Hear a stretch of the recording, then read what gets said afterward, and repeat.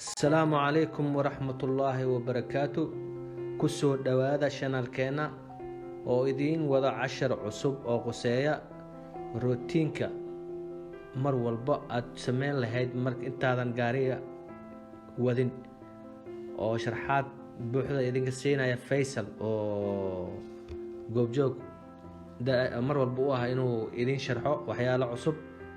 waxaa kaloona idin la socodsiinaynaa inay jiraan inuu soo duubi doono macnaa sidaad ogtiin Tabori meelaha imtixaanka lagu qaado waa laba meel, Hoxpo iyo Hisingen wuu soo dhigay, laakiin waxaa soo socda casharo kale oo uu ku wadayo meesha imtixaanka lagu qaadayo Hisingen iyo Hoxpo labadaba.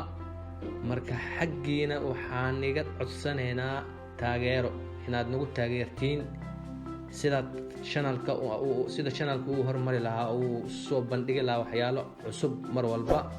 marka xaggiina waxaan niga codsanaynaa inaad subscribe aad saartiin iyo comment inaad ka dhiibtiin iyo like inaad saartiin.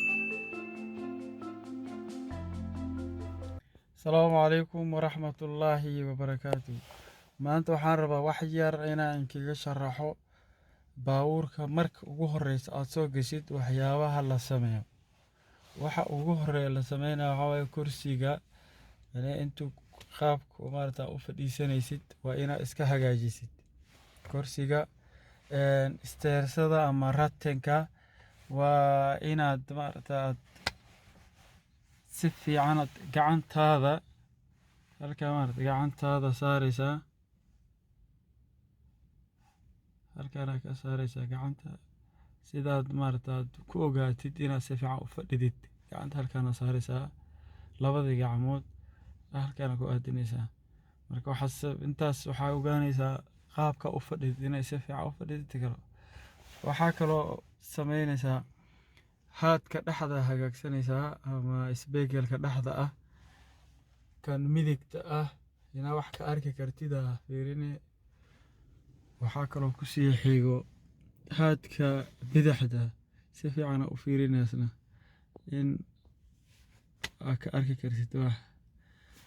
marka ugu horeyso baabuurka aad shidid dhaqaaqi rabtid ama mar walba aad istaagtid oo dhaqaaqi rabtid, sharci waxaa jiro oo la dhahayo green regal sharciyada maarta ugu horeeyo qofka inuu barto ah. sharcigaas muxuu yahay? baabuurka wuu shidan yahay kooda vexelka kooda ama marshada koowaad geline. waxaad sameyne marka ugu horeyso haadadka fiirine bidixda dhaxda kan bidixdana fiirine iyo midigta labadaba. blinkishka ama fareejada intaadan shidanin garabkaada fiirine, garabkaada midigtaada maarta bidixdaada ayaad fiirinaysaa. maxaa loo fiirinaa garabkaaga?